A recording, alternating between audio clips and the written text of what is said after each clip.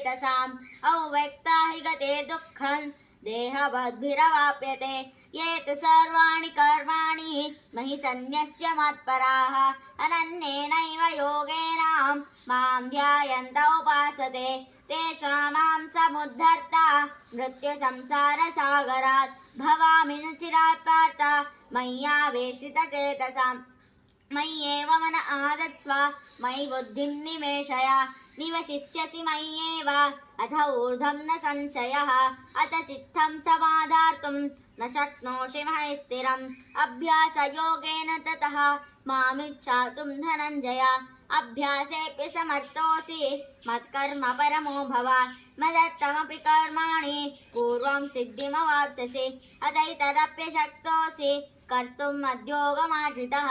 सर्वकर्म परित्यागं ततः कुरु यतात्मवान् श्रेयो हि ज्ञानमभ्यासात् ज्ञानात् ध्यानं विशिष्यते ध्यानात् कर्म परित्यागः त्यागाश्शान्तिरनन्तरम् अद्वेष्टा सर्वभूतानां मैत्रा करुण एव च निर्भवो निरहङ्कारः समदुःखसुखः क्षमी सन्तुष्ट सततं योगी यदात्मा दृढनिश्चयः मय्यार्पितमनो बुद्धिः यो मद्भक्त स मे प्रियः यस्मान्नो द्विजते लोको लोकान्नो द्विजते च यः हर्षामर्षभयोद्वेगैः मुक्तो यः स च मे प्रियः अनपेक्षा शुचिर्दश्च उदासीनो गतव्यतः सर्वारम्भ परित्यागी यो मद्भक्त स मे प्रियः ये न हृष्यति न द्वेष्टि न शोचति न काङ्क्षति शुभाशुभ परित्यागी यो मद्भक्त स मे प्रियः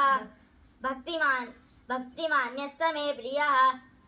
समशत्रौ च मित्रे च तथा मानपमानयोः शीतोष्णसुखदुःखेषु समसङ्गविवर्जितः